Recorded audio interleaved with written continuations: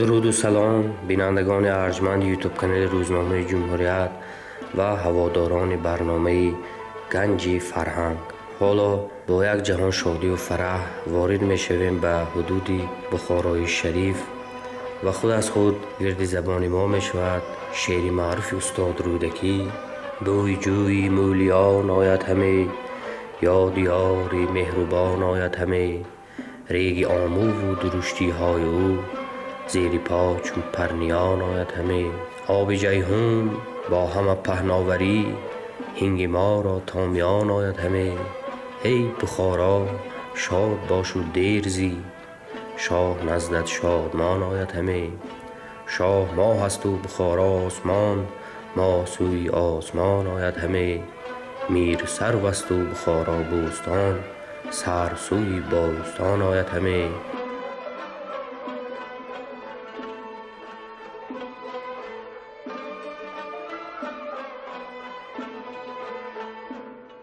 مدرسه های بخارا، کاروانسرای ها، بازارها، منارها، مقبره ها و گوشه و کنار گوناگون بخارا در آثار علامه صدرالدین عینی هزاران بار یاد می شود. این همه در ذهن ما رفته رفته به روایت و افسانه تبدیل یافته بود و میپنداشتیم که اینها تنها در کتاب ها هستند. ولی راهبریت نشریه رسمی جمهوری تاجیکستان روزنامه جمهوریت افسانه های نسل ما را به حقیقت تبدیل داد. یک بار به دو شهری نازنین سمرقند و بخارا سفر هیئتی کاری جریان گرفت. در سیمای سه فرد شناخته ملت تاجیک، کرامت الله عالیموف، میرزا شاخو اسراری و جانبیک اسراریان، اگر تمکین و آرامی مشاهده شود، در چهره جوانان تیم جمهوریت شوق و شور و هیجان به روشنی مشاهده میشد. چونکه نسل سالار ما سمرقند و بخارا را در زمان شوروی دیدند، ولی نسل استقلال بار اول با آغوش مکه و مدینه تاجیکان میشتافتند.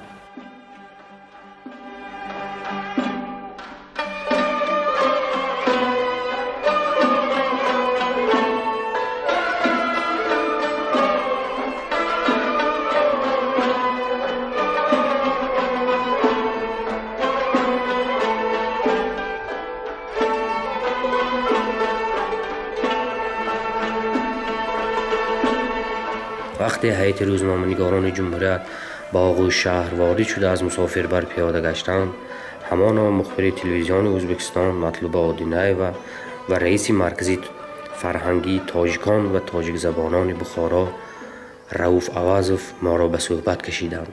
نواربرداری و عکسگیری و شعار و شعرها به افتخار دوستی دو خلق صدا دادند. در صف ما به جز چند کسی انگشت شمار همه بخارا را بار اول می دیدند و شادی و فرحی آنها در چشمشان، در رویشان ویدا می گردید.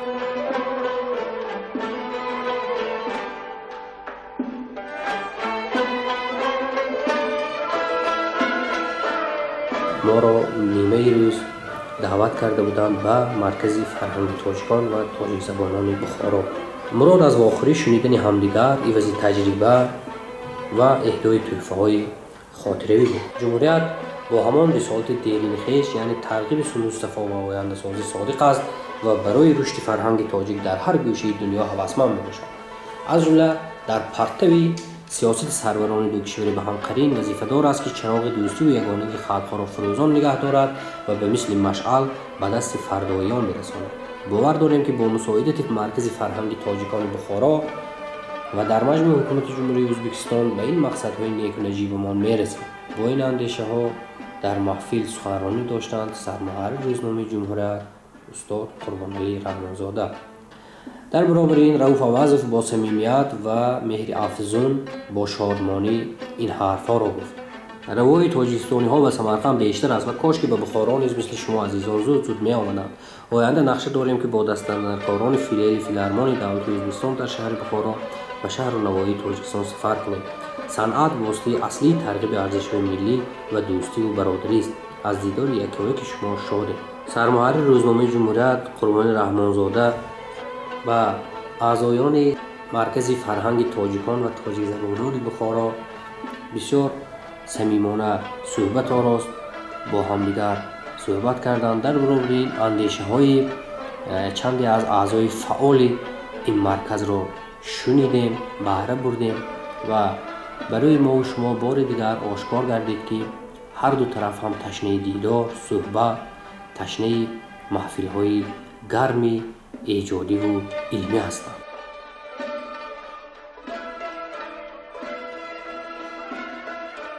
جانبی که اسراریان که بارها به بخارا آمده است و بعضی کارهای تحقیقاتیش را اینجا ادامه داده است، صحبت را بسیار گرم و صمیمی آغاز کرد و به اهل تالار تا کدام حد مهم بودنی مناسبت‌های دوستانه را عرض کرد. کرامت الله عالی گفت که بارها هم در هیئت حکومتی و همچون عالم به بخارا از جوانی تا حال سفرهایی داشته است، یار و دوستانی در سمرقند و بخارا داشته است.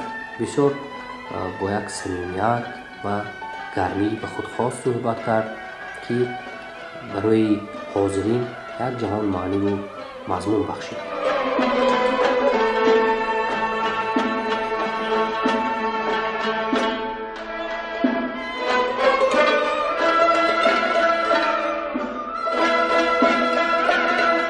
البته در واخری‌های ما در ولایت سمرقند از جمله در بخارا نیز بدون تحفه‌های خاطروی نبود، چون ما می‌دانیم که تاجیکان سمرقند و بخارا تشنه‌جان کتاب، رساله و روزنامه‌های تاجیکی هستند. به همین خاطر ما با راهبریت چندین شماره‌های گلچین روزنامه جمهوریت، بیشتر از 50 کتاب انتشار داده روزنامه که محصول آزمون‌های جمهوری و بین‌المللی آن است تقدیم اعضای مرکز کردیم. از جمله کتاب زبان و هویت ملی به افتخار آزمون و گرامی داشت استاد صدرالدین عینی، امام رحمان احیاگر دولتداری ملی، آزمون بین‌المللی به افتخار سرور دولت محترم امام رحمان و بابا جان غفور و شناخت تاجیکان که یکی از آزمون‌های با نفوذ جمهوری ما در هم جایگی با ناحیه بابا جان غفور جنبست کرده بود و ما در یک جایگی مقاله‌های به این آزمون وارد شده را کتاب کرده بودیم. همه این کتاب‌ها به عزیزان، دوستان ارمغان گردید و شادی و مهر و محبت آنها را انتهای نبود.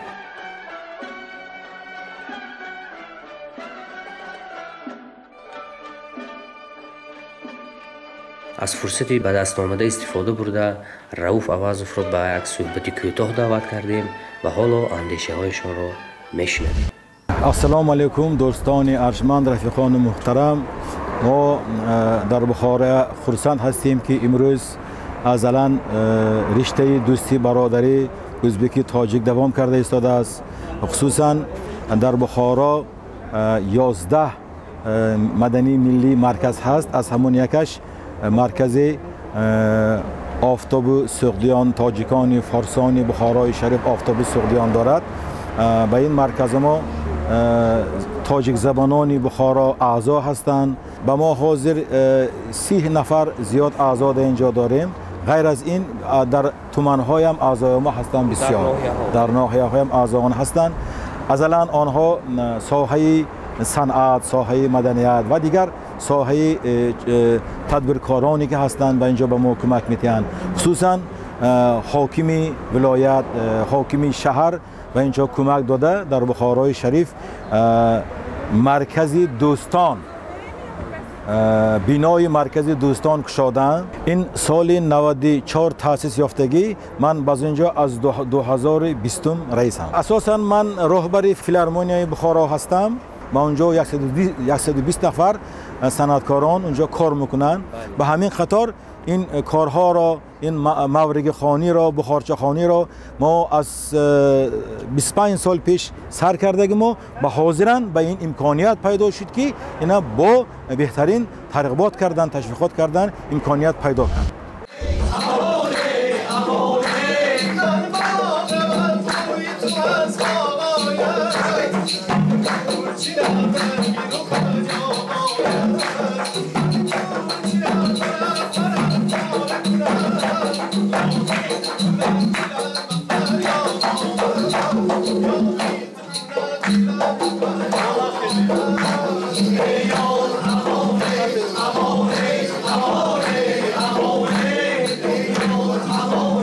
Come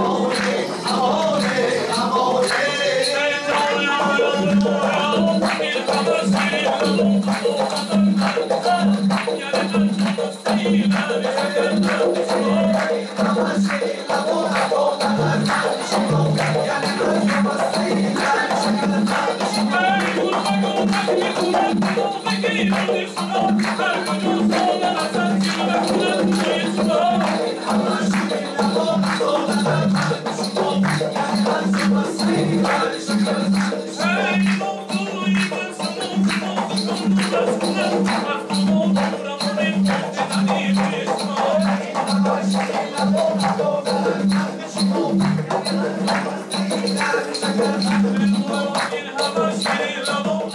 آینده همکاری کرده ایستادیم که یک گاسترول کنسرت در شهر دوشنبه در شهر خوجند تشکیل کردن آرزومندیم. خدا خواهد که ماهای ایول این کار را ما پیدا میکنیم. تاثیرات ما میگه که پزمان شدن، دوست و برادر را پزمان شدن. ما نیت کرده بودیم که یکی از این رابطه دوستی برادری برقرار شود. انا خواهد که بود، انا امروز این پیدا شده. ما این بسیار خیلی خرسندیم، خیلی ممنونیم. خواهش میکنیم که آینده این رفت و آمد و دوستی و برادری و صنعت و دیگران تدبیرکارانی که هستند در دوشنبه در بخارا، شاید که آنها هم این کار را دوام کرده. ساحه سیاحی هم رواج یابد. از بخارا خواهشمندن که در ورزاب و در دیگر جا سیاحت کنند. به فکرم که خواهش دارن که از دوشنبه و از خوجند از دیگر تومنها خواهش دارن بخارا را سیاحت کنند، اینجا بینن. به این ساحه هم کار برده ایستادیم. شاید که آینده رفت آمد و به ساحه توریسم هم باشد. میخواستم که این دوستی برادری ازبکی تاجیک بردوام و برقرار باشد. آینده همین خیلی روزای صنعت، روزای فرهنگ، روزای خانشینا، روزای چشم قامانا شود. آیند که از دوشنبه اینجا ما رایم که به دوشنبه تمام بزرگ این دو خلق ازبک تاجیک دوستی برادری بردوام برقرار باشد. پرزیدنتمان همیشه دو دولت پرزیدنتش همیشه ساق و سلامت باشند. خلق ما دعا میکند این روزی خرسندی بردوام و برقرار باشد. آغاز کردیم از زیارت خوابجای شاه اسماعیل سامانی، اساسگزار اولین دولتی متمرکز تاجیکان. چون صبح برخاستیم حتما در ذهن ما بود که ما همین حالا به زیارت خوابجای آن بزرگوار میرسیم و ما را راهبردی کرد رحمت گلزاده، یکی از فعالان فرهنگ و ادبی بخارا.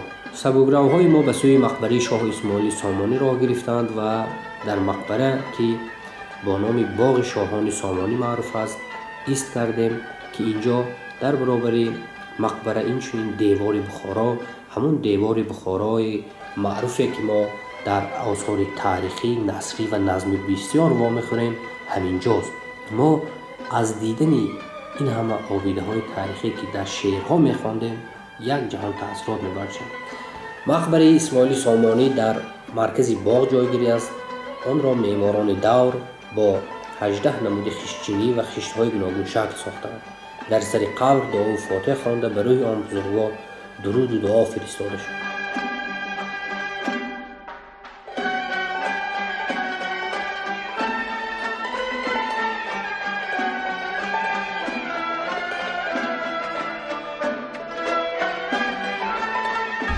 شاد هستم که بار چندم زیارت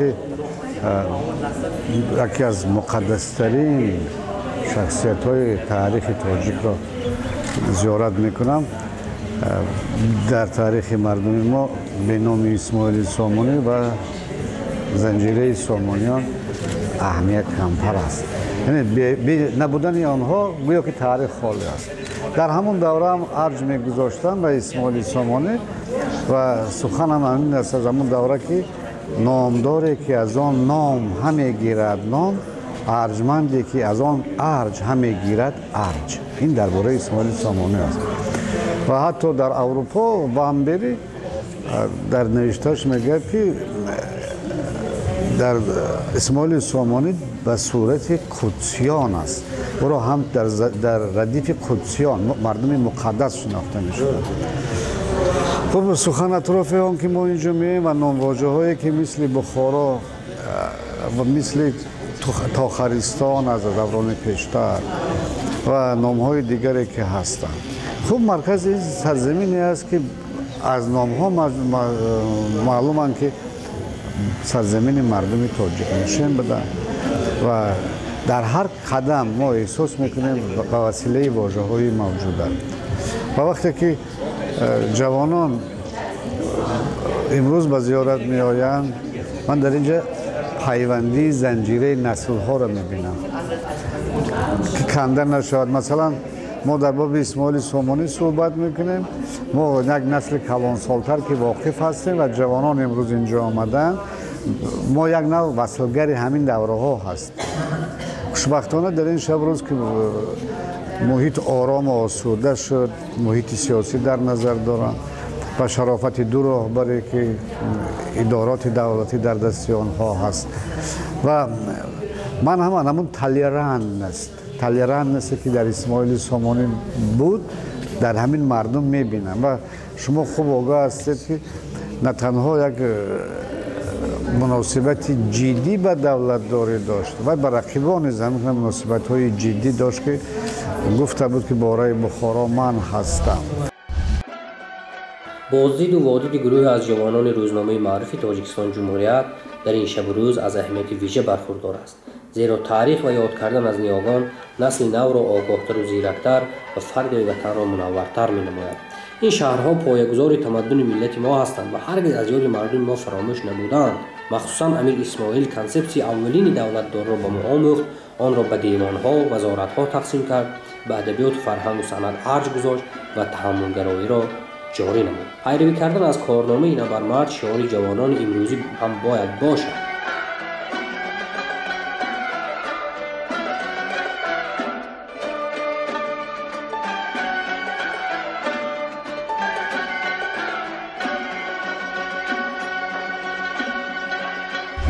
دولت سامانیان در تشکل و رشد فرهنگ و تمدن خلق تاجیک نقش بسیار بارز دارد. حالا ما در نزد مقبره اساسگزار اولین دولت تاجیکان، دولت سامانیان، اسماعیل سامانی حضور داریم. اسماعیل سامانی نیز شخصیت بودند که توانستند یک ماورای بسیار بزرگ را متحد سازند و یک دولت بسیار بزرگ تشکیل کرده توانند که در آن دولت نقش فرهنگ، نقش ادب، نقش هنر و نقش ایجاد بسیار بزرگ بود و این دولت بسیار حتی در حاضر کشورها را فرا می گرفت و با نام دولت تاجیکان یاد می شد. این باعث افتخار ماست و این مقبره نیز بسیار جای مقدس است. شما ببینید این مقبره هنوز در عصر نو ساخته شده است، لیکن با تمام همان جزئیاتش تا این دوره نگهداری شده است، زیاده از 1100 سال. درست؟ و این از آن درک می‌دهد که خلق ما از قدیم دارای هنری بسیار بلند بوده است، از جمله هنر معماری. مقبره اسماعیل سامانی یادگاری بسیار هم ناتکرار است، هم از جهت معماری هم از جهت تاریخی. در دیگر جا نمونه چنین خویشچینی و چنین ارکیتکتور یعنی صنعت معماری را دیدن دشوار است، چون که هر یک گوشه آن و هر یک خشت آن یادگاری بسیار هم مهم تاریخی است که از بزرگی صنعت معماری و معماران همون دوره اسماعیل سامانی شهادت می‌دهد. برای شعور تاریخی، تشکل شعور تاریخی جوانان دیدن این یادگاری بسیار مهم است، چون که اولا اینکه از تاریخ به واسطه آگاه میشوند و دوم اینکه برای هر بیننده افتخار از گذشته های خود به وجود می آید. سوم اینکه این یادگاری که به فهرست یادگاری های مادی یونسکو وارد شده است گواهی بزرگی گذشتگان ما و و سهم آنها در تمدن جهانی است و بزرگانی که مثل ابن سینا، استاد رودکی و دیگرها بنیادگذاران ادبیات گشتند، ادبیات ما و علم همان دوره ما. این خود گواه آن است که مقام و منزلت همین بزرگان و اسماعیل سامانی در جهان چگونه است تا چه اندازه است. منبع‌های گذشته را، یعنی در اینجا کتاب‌ها از متفکران و طبیبان و فیلسوفان یونان از تمام جهان و سوریانی عموما میراث خطی گذشته زیاد بوده است و سامانیان احیاگر و جمع‌آوری تمام مدنیت جهانی بودند و در همین زمینه این دوره دولت بزرگی تاجیکان گردیده بود. رحمت گلزاده که در برابر راهبلدی ما اینچنین یک فرهنگ دوست و تاجیک پرست بسیار هم کار دیده و کار آزموده هستند با ما در صحبت شدند و بسیار حرفهای صمیمی و گرم بیان نمودند. السلام علیکم مهمانان عزیز، به بخارای شریف خوش آمدیتان. هر قدم ماندیتان نور دیده تاج سر. از قدیم بخارا و تاجیکستان یک دل و یک جان بود. این همه خیلی میماندم. من بسیار هم نهایت خرسندم از تشریف شمایان. میخواستم در آینده بسیارتر آمد و رفت شود. باز هم دوستی مستحکم گردد. اکنون بخارا این شهر کهنه تاریخی است. این تاریخ 5000 سال زیاد دارد. این از زمان افراسیاب سیاوش وجود داشت بخارا. من مثلا میدان ارک بخارا در آنجا که سیاوش دفن گردیده است و 5000 سال پیش وجود داشت. بسیار جای تاریخی، زیارتگاه‌های تاریخی انا خیلی که دیده استون، باغ سامانیان به نام اسماعیل سامانی، مقبره اسماعیل سامانی، انا حاضر نزدیک میریم چشمه ایوب. میدونید هزارها اینجا جای زیارتگاه داریم. من 7 پیری وی داریم. دیوار تلیپوج، دروازه تلیپوج حاضر نزدش ایستادیم، نزدیکتر میریم حاضر. امیر اسماعیل سامانی که مردی شجاع، دلیر و سیاستمدار بود، گفت تا زمانی که من باشم باره بخارا من باشم. این قول نقل می شود به ما از کتاب نرشخی یا از کتاب تاریخ بخارا و این قول معروف است با نام تا زمانی که من باشم دیوار بخارا من باشم. عیناً همین دیوار که در گذشته با نام دیوار بخارا می شناختند حالا با دروازه قلعه تلیپاچا معروف است و در بخارا نیز او را با همین نام می شناسند، یعنی دروازه تلیپاچا. و اینجا مسئولان و روشنفکران بخارا با ما تذکر دادند که تلیپاچا همان تغییر یافته کلمه طلوع پادشاه بوده است.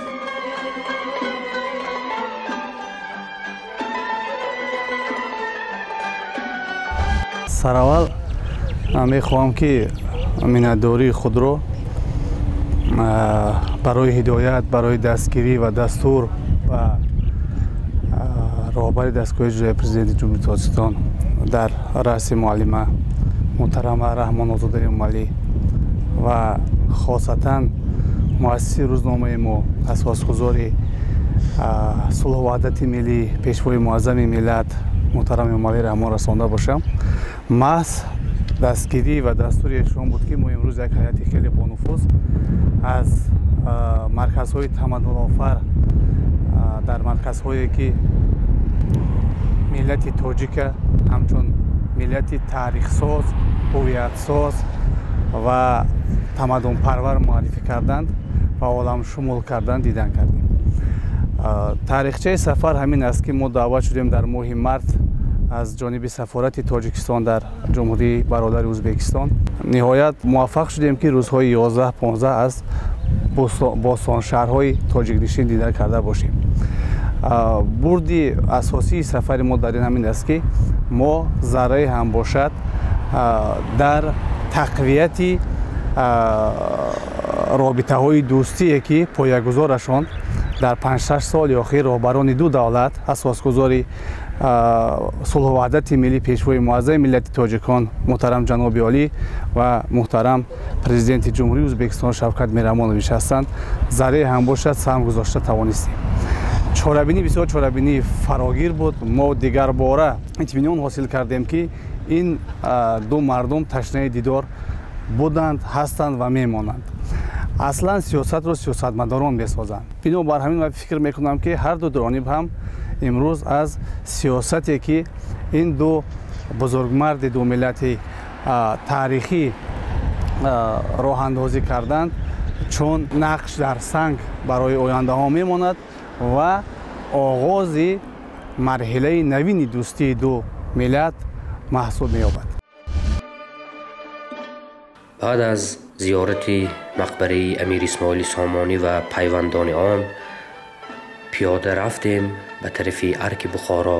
арки бухоро низ дар наздикиҳои боғи амирони сомонӣ ҷойгир аст ва чӣ тавре ки роҳбалати мо шоҳсанам маълумот дод, арк дар асри 4 пеш аз мелод дар замони сиёвуш сохта шудааст. ин арк дар таърихи чандин ҳазор сола дошта қариб ҳамаи амирон, шоҳон ва сарварони бухоро дар таърих маҳз ҳамин ҷо кору фаъолият ва зиндагӣ доштанд.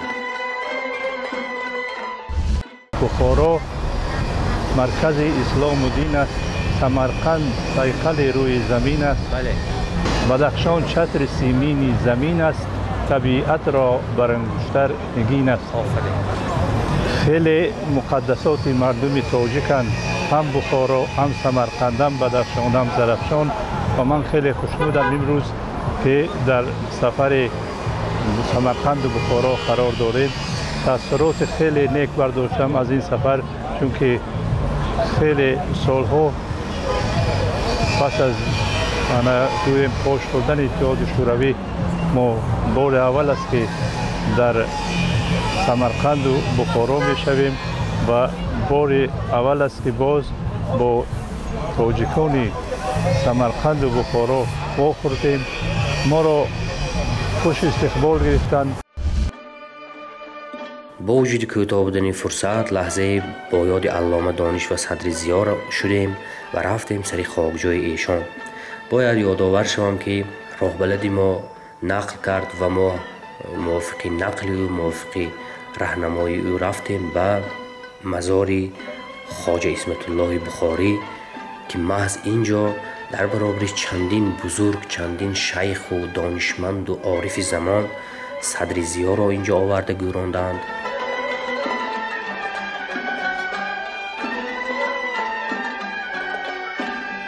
баъдан рафтем ба сари хокҷои аҳмади дониш ба мазори дахмаи биҳиштиён ё пуштаи биҳиштиён. чӣ тавре ки ин ҷо бо мо иттилоъ доданд тавассути хатсайре ки махсус барои сайёҳот таҳия шудааст, мо рафтем сари хокҷои дахмаи биҳиштиён ва мо нақл карданд ки дахмаи биҳиштиён бештар аз 7 бузургворро дар оғӯшаш гирифтааст. аз ҷумла аҳмади дониш низ ҳамин ҷо гӯронда шудааст.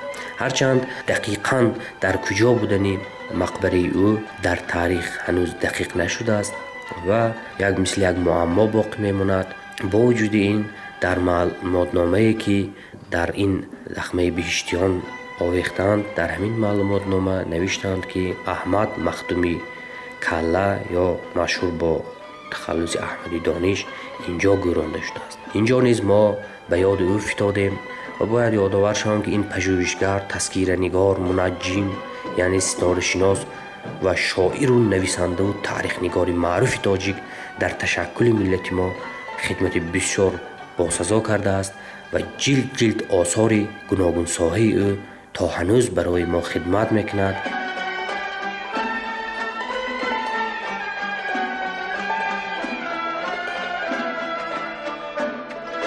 тӯши сафари мо як ҷаҳон таъссурот, аксу наворҳо, китобҳои тоҷикиву ӯзбекиву русӣ, армуғонҳои виҷа барои пайвандон аз самарқанду бухоро, ошноӣ бо ёру дӯстони тоҷикамон аз ӯзбекистон ва сафарномаи ёддоштҳои ҳамкоронамон аст ки аксари онҳо навишта шуданд ё паи иншоянд.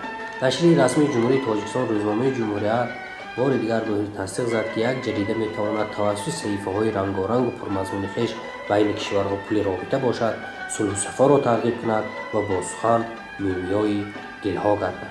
یاد باد آن روزگاران، یاد باد روزی وصل دوستداران، یاد باد.